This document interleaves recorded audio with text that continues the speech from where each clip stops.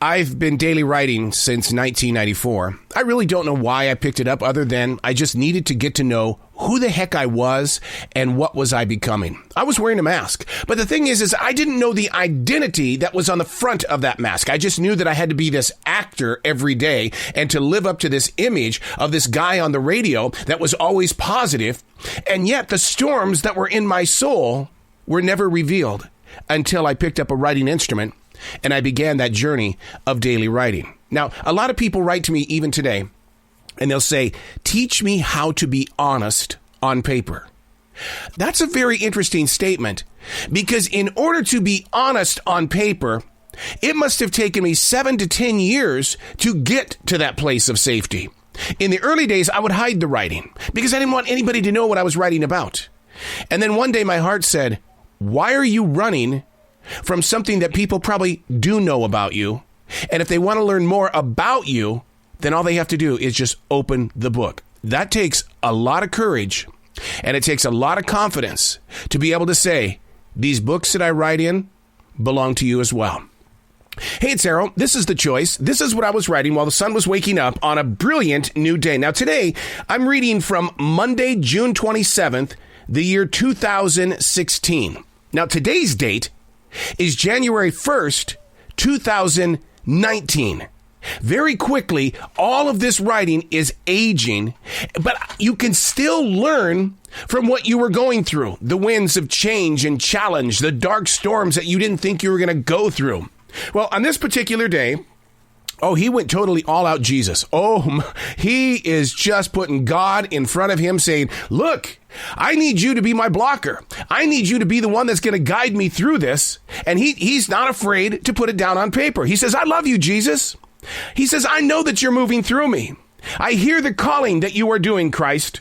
I know the challenges and the changes, and I am to trust this flight. Lord, I find doubt and fear in other people's actions and reactions to my growth of moving forward. And when they don't believe, then I begin to fall quickly. I need solid support, not the sandy shores of an invisible mountain. And at that point in time, it was if God had said, stop. Listen. And I love it when things like this appear in the writing. Because let me read that line the writer did on that particular day, the final line one more time. I need solid support, not the sandy shores of an invisible mountain. Now, here's where I think God stepped in. He says, I want to remind you of the rims in Billings, Montana. The 500-foot cliffs have been standing there for thousands of years, and they are made of sandstone. Before the settlers, and maybe even before the animal kingdom, it was part of a great inland ocean. And it's in this moment that you need to understand that sand is strength.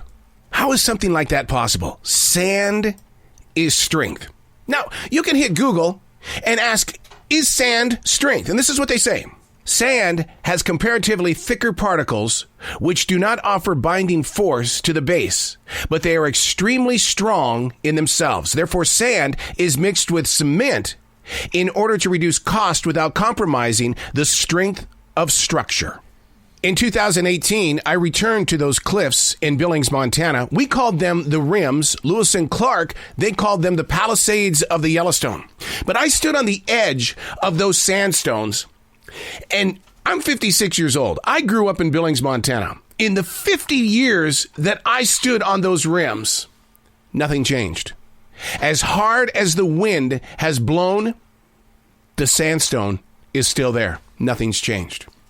As much as it snows in Billings and the rains, when it comes down, the sandstone remains. So when the writer was sitting here talking about how he wanted to have a solid support, not the sandy shores of an invisible mountain, that's when God stepped in and said, whoa, hold on.